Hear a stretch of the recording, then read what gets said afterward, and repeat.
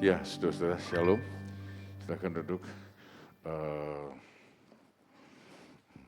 Ini baru pertama kali saya hadir ya selama 10 hari ini. Saya nggak sehat ya. Malam ini juga belum sehat, tapi ini tugas saya. Saya ingin mengajak saudara membaca firman Tuhan yang tertulis di dalam 2 Petrus pasal 3 ayat yang ketiga dan selanjutnya.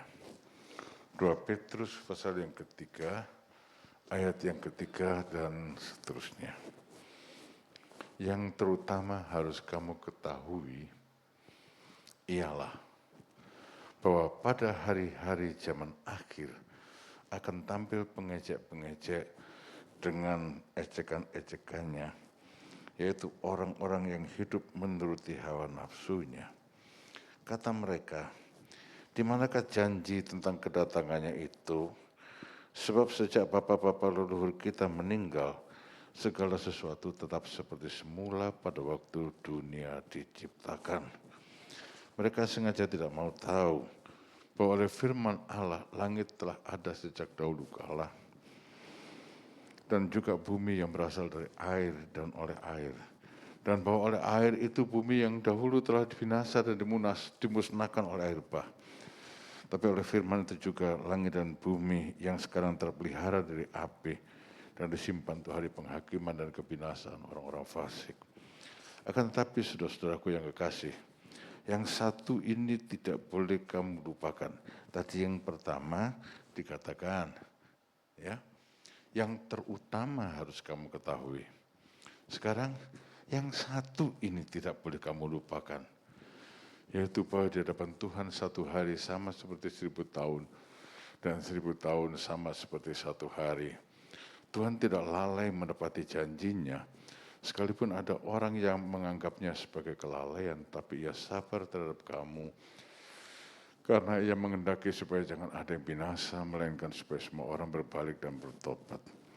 Tapi hari Tuhan akan tiba seperti pencuri. Pada hari itu langit akan lenyap dengan gemuruh yang dahsyat dan unsur-unsur dunia akan hangus dalam nyala api, dan bumi dan segala yang ada di atasnya. Jadi jika segala sesuatu ini akan hancur secara demikian, betapa suci dan salehnya kamu harus hidup, yaitu kamu yang menantikan dan mempercepat kedatangan hari Allah. Saudara, ini merupakan satu rangkaian ya, kenaikan Tuhan, pencurahan Roh Kudus, tapi juga berita pertama yang diberikan setelah kenaikan Tuhan adalah dari sorga datang malaikat bilang kepada murid-murid, dia akan datang kembali. Dia akan datang kembali. Saudara, beberapa minggu yang lalu itu saya dikirimi beberapa postingan. Sama, semua bersama, ya, semua sama tentang lagu ini.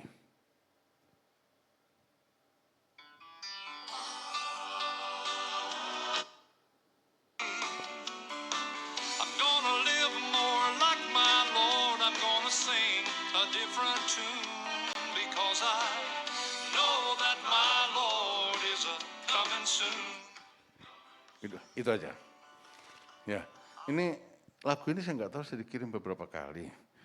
Dan salah satunya ini yang ngirim. Ya, my Lord is coming soon. Tuhanku akan segera datang kembali. Terus dia bilang gini, kata-kata lagu ini kan Yesus coming soon. Tapi yuk dengerin dulu, sampai sekarang masih not coming soon, katanya gitu. Ya, saudara, dan saya mikir ya, kenapa ya Tuhan Yesus tidak datang-datang gitu. Tapi bukan cuma itu aja. Di dalam 2 Petrus tadi dikatakan sebetulnya kita bisa mempercepat kedatangan Tuhan Yesus. Tapi faktanya Tuhan Yesus belum datang juga. Gitu. Saya mikir, saudara. Saya mikir, kita sekarang ada di sini ingin dipenuhi Roh Kudus, tujuannya apa? Tujuannya apa coba? Selaraskan tujuannya dengan pembaptis Roh Kudus itu. Ya, selaraskan tujuannya. Kenapa saya katakan gitu? Saudara, sedih sih sebetulnya, tapi kenyataan. Saudara, hari ini mikirkan Tuhan Yesus datang enggak? Kemarin mikirkan Tuhan Yesus datang enggak? Kemarin dulu mikirkan Tuhan Yesus datang enggak? Minggu lalu mikirkan Tuhan Yesus datang enggak? Sebulan lalu mikirkan Tuhan Yesus datang enggak? Kalau boleh sumpah, saya sumpah. Tapi enggak boleh toh? Enggak boleh. Enggak akan kita mikirkan Tuhan Yesus datang. Benar enggak? Akan, saudara. Nah kalau orang Kristen sendiri enggak mikir tentang Tuhan Yesus datang, kapan Tuhan Yesus mau datang?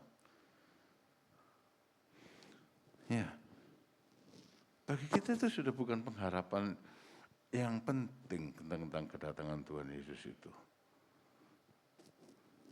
Saya lihat gejala-gejala demikian, sehingga kapan ketemu datang, nggak datang juga, syukuran nggak datang di dunia mah sudah enak.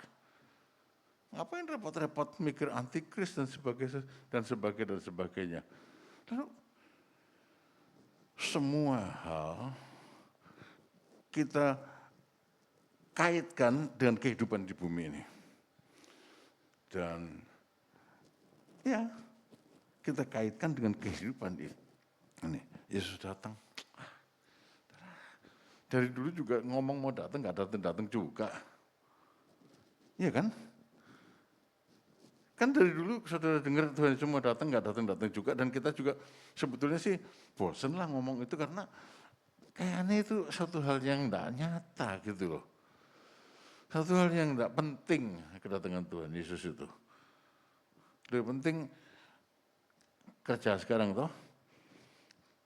Saudara, tapi itu salah.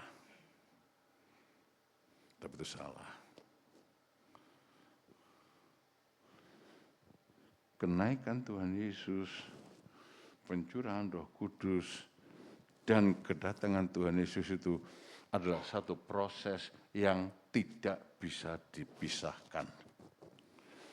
Karena Tuhan Yesus naik ke surga, maka Roh Kudus turun membaptiskan murid-muridnya untuk satu tujuan, kedatangan Tuhan Yesus. Untuk satu tujuan, kedatangan Tuhan Yesus. Nah, kita berdoa supaya kita dipenuhi Roh Kudus, tapi kalau kita nggak mikir tentang kedatangan Tuhan Yesus, kalau saya jadi Tuhan Yesus, lah kamu pengen dibaptis buat apa? Buat apa? Buat apa? Tanpa tujuan, membaptis dengan roh, membaptis kita dengan tujuan. Ya, saudara. Saya balik tadi ke tulisan Rasul Petrus tadi. Tentang satu hari bagi manusia 1000 tahun, bagi manusia satu hari bagi Tuhan, saya tak kupas, kita sudah sering kali dengar. Ya. Tapi gini, Tuhan tidak lalai menepati janjinya, sekalipun ada orang yang menganggapnya sebagai kelalaian, nggak datang. Tapi ya sabar terhadap kamu. Karena ia menghendaki supaya jangan ada yang binasa, melainkan supaya semua orang berbalik dan bertobat. Ia menghendaki semua orang berbalik dan bertobat. Saudara, berminggu-minggu saya berpikir tentang hal ini. Tadi siang adik saya, Pak Edi sama Pak Yapto, telepon. Ngomong-ngomong, saya bilang, saya mau nanya sama kamu. Ya. Kenapa Tuhan Yesus tidak datang-datang? Saya tanya gini, menurut kamu, Kalau Tuhan Yesus datang, mana lebih banyak isi sorga atau isi neraka? Ruwet pikiran saya. Saya tanya, banyak mana orang masuk sorga atau masuk neraka? Ya, banyak masuk neraka katanya. Saudara, saya mau bilang sama saudara, itu yang Tuhan tidak mau. Tuhan menciptakan kocusyong sebagus kayak gitu untuk dimasukkan neraka. Saya bikin ini cusyong gantengnya kayak gini, nanti cemplungin neraka. Saya bikin Edo seperti itu, saya masukkan ke neraka. Saya bikin Eli secantik ini, nanti untuk dimasukkan ke neraka. Masuk akal enggak? Masuk akal enggak? Saya bikin Eko untuk dimasukkan neraka. Masuk akal enggak? Logis apa enggak? Enggak logis toh? Tuhan mengasihi ciptaannya. Sehingga dia tidak mau ada ciptaannya masuk neraka. Kan betul? Siapa ada pencipta membuang ciptaannya begitu saja? Ada enggak? Saudara pernah dengar? Ini menciptakan sesuatu susah sekali. Hanya untuk dilemparkan ke api, buang ke api gitu. Buang ke sampah. Ada enggak? Tapi kenapa kita pikir Tuhan bilang, Tuhan mau membuang manusia ke neraka, sedikit saja yang mau dimasukkan surga? Saudara, Tuhan belum datang. Adik saya tadi bilang, ya tapi kalau Tuhan datang sekarang lebih banyak yang di neraka daripada yang di surga. Ya iyalah, makanya Tuhan belum datang.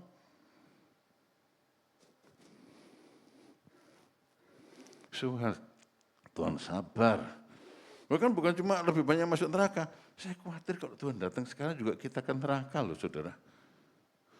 Karena tadi dikatakan di dalam surat ini, betapa salehnya, betapa suci dan salehnya kamu harus hidup. Bayangno kalau neraka isinya kayak kita. Bayangkan. Kalau surga isinya kayak kita, kalau neraka cocok. Kalau surga isinya kayak kita gimana? Tapi kita harus ke surga, karena Tuhan bilang, aku menciptakan kamu bukan untuk masuk neraka, tapi untuk masuk surga. Jadi, kenapa Tuhan Yesus belum datang? Sebab sekarang ini yang masuk neraka masih lebih banyak dari masuk surga. Orang belum bertobat. Di mana-mana orang belum bertobat. Bahkan di gereja pun orang tidak bertobat. Nah, sudah pikir, saudara orang yang bertobat atau anggota gereja saja?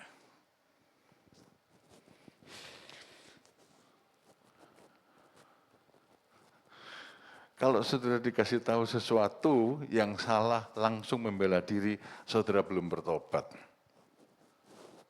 Ya, tapi kan begini. Belum bertobat.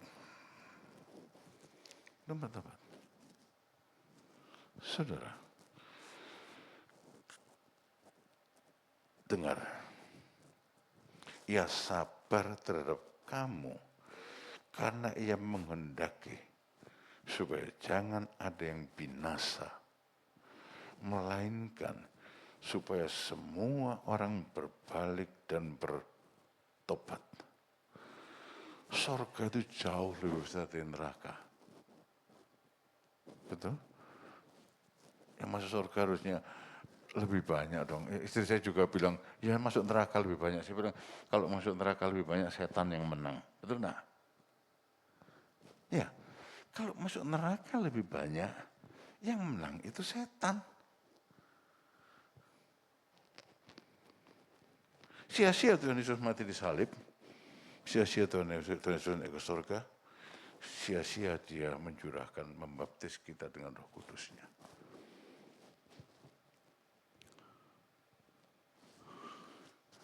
Tolong saudara pahami betul-betul.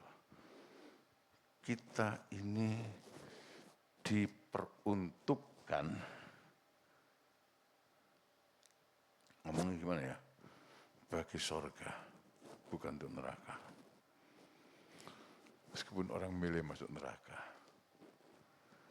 Yang kedua, jadi kenapa Tuhan Yesus belum datang?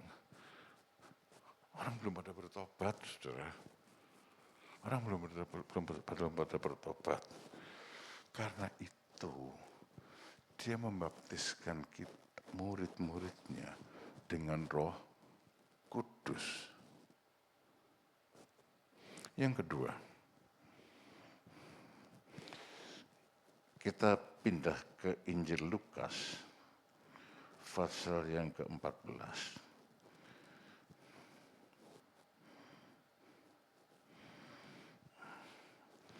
Ayat 14 dan seterusnya. Ada orang bilang gini sama Tuhan Yesus, aduh Tuhan, Rabi, alangkah enaknya ya, alangkah senangnya orang yang diundang masuk dalam kerajaan, ke dalam perjamuan Tuhan, katanya. Ya, yang dijamu dalam kerajaan Allah. Lalu Tuhan Yesus cerita gini. Dia bilang berbahagia yang diundang. Lalu Tuhan Yesus cerita gini. Lawang ada seorang tuan mengadakan perjamuan besar. Yang diundang sahabat-sahabatnya. Tidak ada yang mau datang. Lalu Tuhan itu bilang, ini ruang pesta kan tidak boleh kosong. Ya, ruang pesta tidak boleh kosong, katanya. Jadi Tuhan itu bilang kepada hamba-hambanya gini, kamu sekarang, kalian hamba-hamba, pergi ke jalan-jalan, ke lorong-lorong, ke daerah orang miskin, ke daerah orang cacat, ke daerah orang buta, ke daerah orang lumpuh, panggil mereka semua masuk untuk dijamu dalam kerajaan Allah. Hamba-hamba itu melakukan. Lalu hambanya lapor, sudah Tuhan, kami sudah pergi semua orang-orang gelandangan gepeng, sudah masuk semua. Tapi masih ada tempat kosong. Lalu Tuhan itu bilang gini, kepada hambanya, pergilah ke semua jalan dan lintasan, paksalah, dengar, paksalah, bukan cuma ditawarkan, paksalah orang-orang yang ada di situ masuk, karena rumahku harus penuh. Karena rumahku harus penuh. Artinya apa? Tuhan Yesus tidak akan datang sebelum surga penuh. Tuhan Yesus tidak akan datang sebelum surga itu penuh. Harus penuh.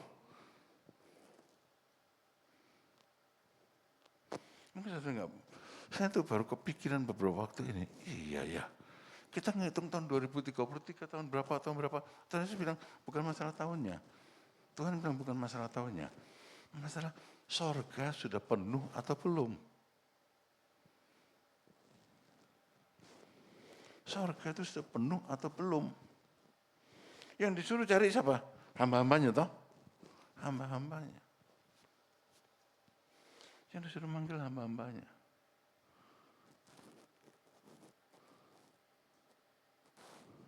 Siapa hamba-hambanya? Siapa hamba-hambanya? Tarwan toh ya? Kan bukan Tarwan aja, saya kan juga. Siapa hamba-hambanya? Ahok toh? Iya enggak? Betul? Betul? Sudah pergi belum? Sudah pergi belum?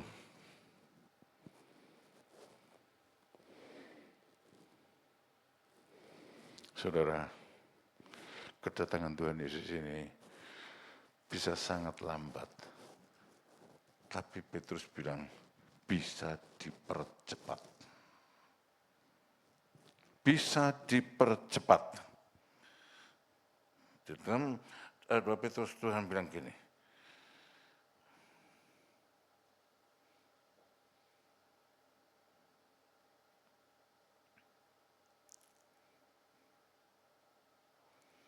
ayat yang ke-12, yaitu kamu yang menantikan kedatangan Tuhan Yesus dan mempercepat hari Allah, mempercepat kedatangan Tuhan Yesus. Bikin surga penuh. Bikin surga penuh. Bisa enggak? Itu sebabnya.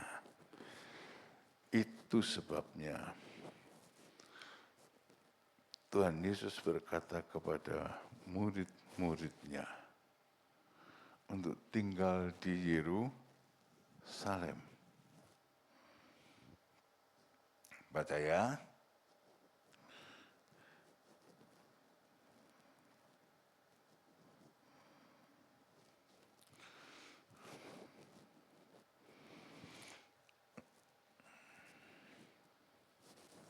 Ya.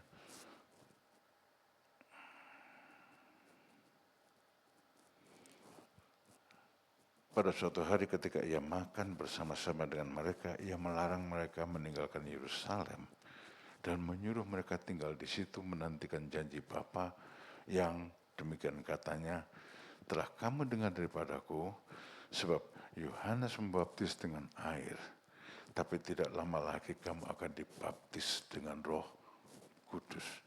Buat apa? Ayat yang ke-8. Tapi kamu akan menerima kuasa kalau Roh Kudus turun ke atas kamu, dan kamu akan menjadi saksiku. Dan kamu akan menjadi saksiku. Kamu akan menerima kuasa kalau Roh Kudus turun ke atas kamu, dan kamu akan menjadi saksiku di Yerusalem dan di Yudea dan Samaria dan sampai ke ujung bumi.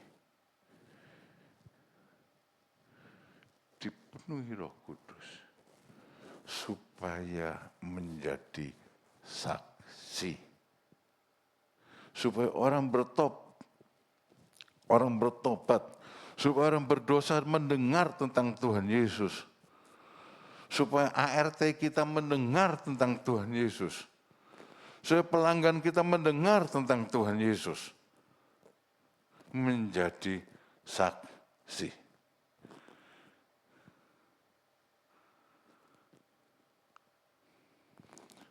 Tujuan kita diberi Roh Kudus, keinginan kita harus sinkron dengan rencana Allah, harmonis dengan rencana Allah.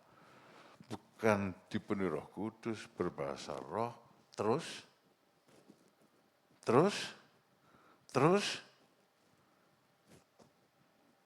kan harus ada terusnya. Kamu menjadi saksi bagiku. Ya, saudara.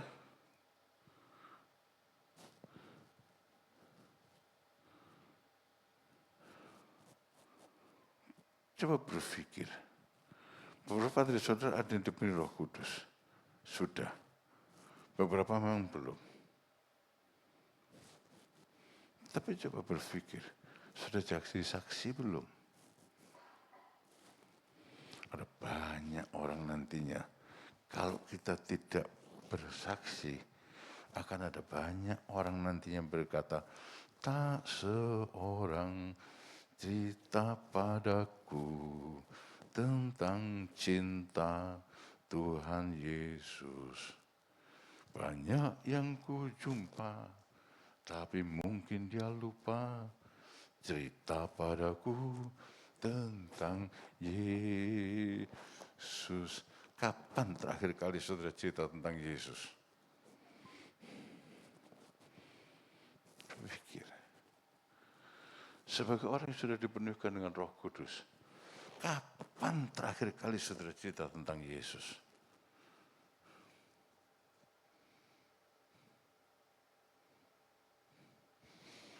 Kalau saudara bawa jiwa saya setiap orang satu, setiap tahun satu, oke, itu good, bagus. Tapi nanti dulu, untuk Gebira Jawali atau untuk kerajaan Allah?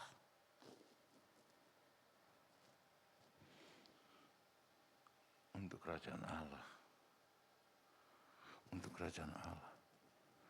Jangan puas dengan diri sendiri. Jangan puas dengan urapan yang kita rasa sudah ada pada kita. Di luar sana, saudara, banyak orang yang menunggu kesaksian dari kita. Dari siapa? Dari semua kita. Dengan sarana apapun yang bisa kita pakai. Bersaksilah. Bersaksilah. Bersaksilah.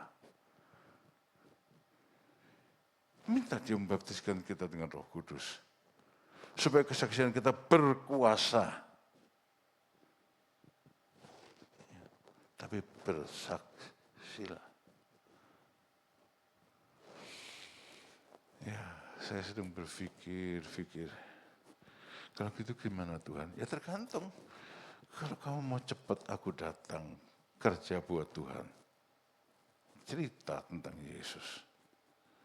Kalau kamu mau aku nggak datang, Tuhan bilang, panjang kesabaran Allah ada batasnya. Tuhan bilang, kalau kamu tidak mau pergi, orang lain mau pergi. Kalau kamu tidak mau bersaksi, ada orang lain yang mau bersaksi. Ada orang lain yang akan menangkan jiwa. Lalu, saudara, kita akan didapatinya sebagai hamba yang tidak setia. Ya, kita akan didapatinya sebagai hamba yang tidak setia.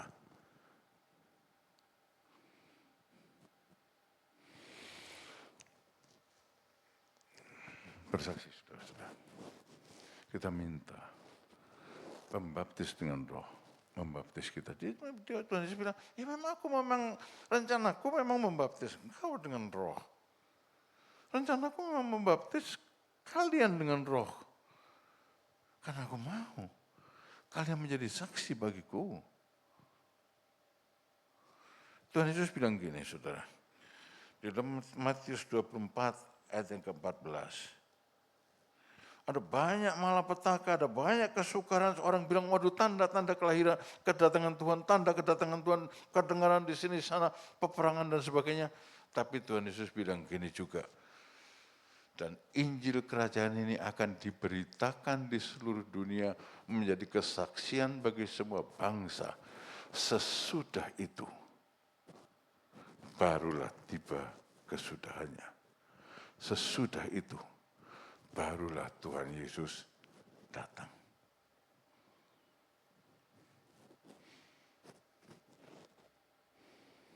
Saudara,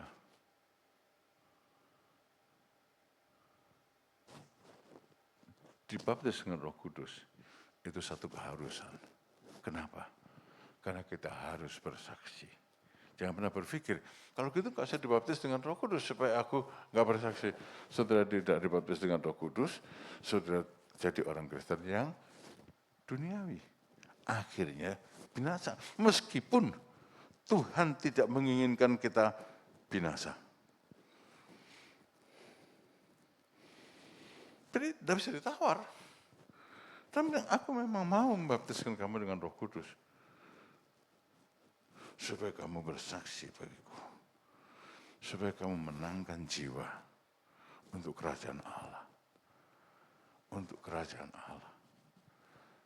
Kalau kita tidak menangkan jiwa, saya ulangi lagi, Yesus toh pasti datang. Kita menjadi hamba yang malu di hadapan Tuhan.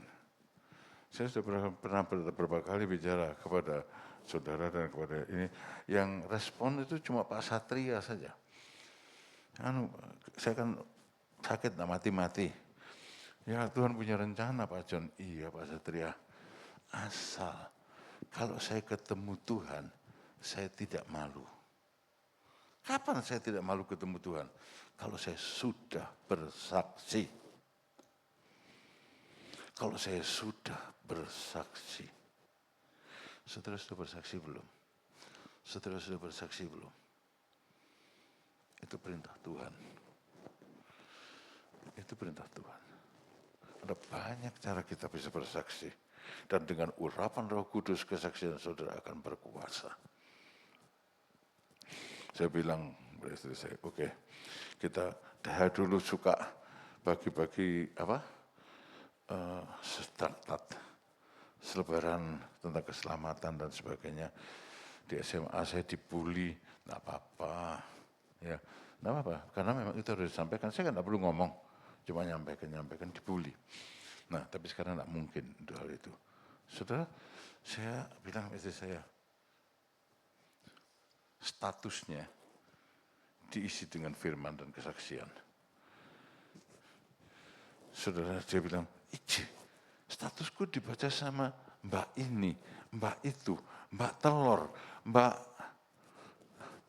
tukang roti. Loh, iya loh. Kalau saya bikin status, 4 kerucuk baca. Saya nggak bisa, toh bicara tentang Yesus di tengah-tengah mereka begitu saja. Tapi saya lihat, kan si pemuat status bisa lihat siapa yang baca. 4 kerucuk. Salon mobil Harry. Mbak, siapa? Mbak Iya. Dan seterusnya. Dan seberapa jauh itu akan berhasil. Saudara-saudara, Tuhan bilang bersaksi, menabur. Ada harinya benih itu tumbuh. Iya kan? Ada harinya benih itu tumbuh. Coba lihat status saya, saudara isinya apa. Kadang-kadang saya lihat statusnya itu bingung saya. Lah marah sama suaminya kok muncul di status. Ya, saudara-saudara, kalau saudara tidak bisa ngomong tentang Tuhan Yesus, saudara bisa tulis tentang Yesus. Ya kan? Bisa tulis tentang Yesus. Apa susahnya? Sambil berdoa. Tuhan, ini kesaksianku. Orang yang dipenuhi roh-Mu, kesaksiannya berkuasa. Iya kan? Iya, bukan karena asal dimuat di status gitu saja, lalu tidak berkuasa. Kalau itu adalah kerja dari Roh Kudus di dalam batin kita, dalam roh kita, kesaksian kita melalui status pun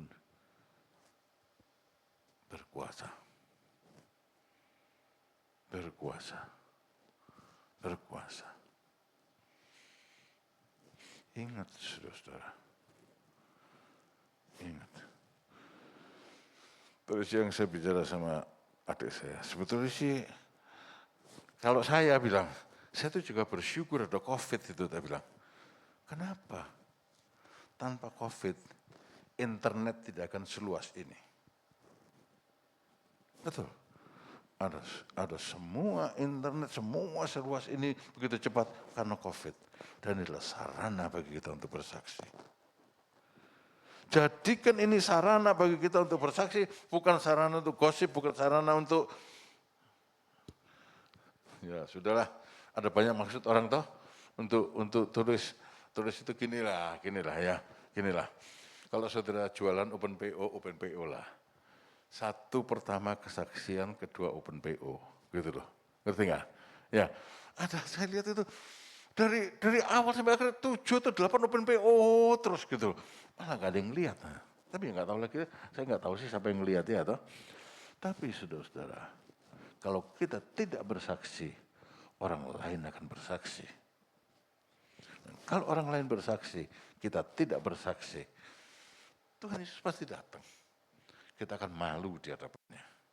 Apalagi kalau kita bilang, saya sudah dipenuhi Roh Kudus. Bersaksi berapa kali? Belum pernah. Setahun sekali datang minta dipenuhi lagi. Tahun depan datang minta dipenuhi lagi. Saudara, mari kita maju. Mari kita maju. Sudah dipenuhi Roh Kudus, maju. Mulai besok, kamu menjadi saksi bagiku, kata Tuhan. Baik di Yerusalem, di Yudea, di Samaria, dan sampai ke ujung bumi. Tadi saya itu iseng loh ya, lihat apa?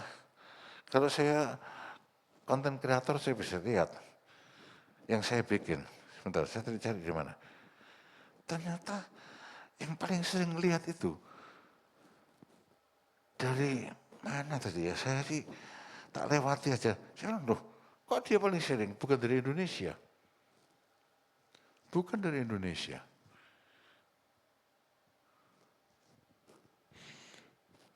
Bersaksilah saudara. Bersaksilah.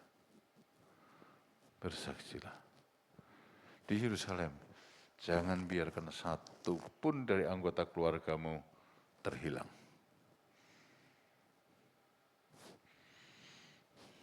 Sampai ke ujung bumi. Saudara punya sarana untuk mencapai ujung bumi sekarang ini. Yang gak punya HP bilang, nggak ada. Semua punya HP. Nah, sudah. Yang punya HP berarti bisa mencapai ujung bumi. Bersaksi ya. Bersaksi ya. Kita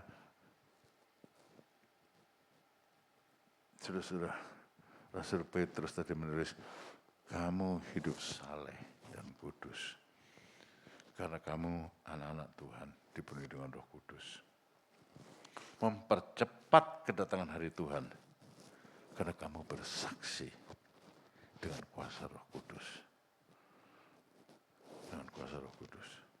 Dengan kuasa Roh Kudus. Saya tidak bisa janjikan apa-apa pada saudara, tapi saya cuma tahu ini. Pembaptis dengan Roh Kudus itu namanya Yesus Kristus. Mau dibaptis dengan Roh Kudus, datang pada Yesus Kristus. Pembaptis dengan Roh Kudus itu, Yesus Kristus punya tujuan untuk membaptis kita. Ikuti tujuannya. Bersaksi bagi Tuhan Yesus. Menangkan jiwa. Bikin surga penuh. Pokoknya saya bilang gini, isi surga harus lebih banyak dari neraka. Selama itu belum tercapai, Tuhan Yesus nggak akan datang. Sebab apa? Kalau isi neraka lebih banyak, setan yang menang. Iya kan?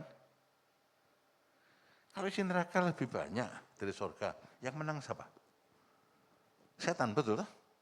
Betul. Apa kepaksa karena gembalanya yang ngomong? Loh, kalau lebih banyak di neraka daripada surga, Chan, yang menang Tuhan atau setan? Hah? Setan toh? Ya setan toh? Ya.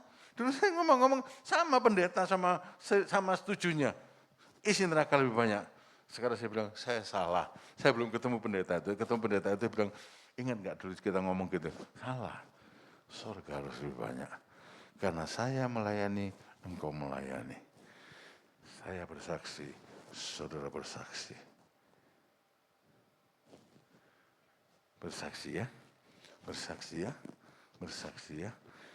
Kamu menjadi saksi bagiku. Menerima kuasa untuk bersaksi. Oke, yuk kita berdiri sama-sama.